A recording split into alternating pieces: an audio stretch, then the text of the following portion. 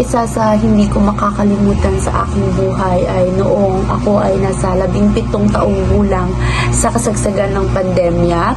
Naging positibo ako sa COVID-19 na parang gumuho ang aking mundo nang marinig ko ang resulta. Natakot ako hindi lamang sa aking sarili kundi para sa aking pamilya. Noong panahong iyon, kinakailangan ko mag-isolate sa aming bahay. Araw-araw ay puno ng pag-aalala, pag-iingat. May mga gabing nahihirapan ako matulog dahil sa kaba, sa mga tanong na paano kung.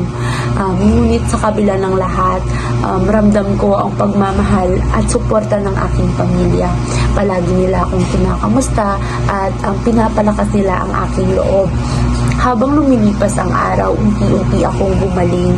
Doon ko napagtanto kung gaano kahalaga ang kalusugan, presensya ng mga taong nagmamahal sa atin. Ang karanasang iyon ay nagturo sa akin maging mas matatag, mas maingat at mas magpasalamat sa bawat araw na tayo ay malusog.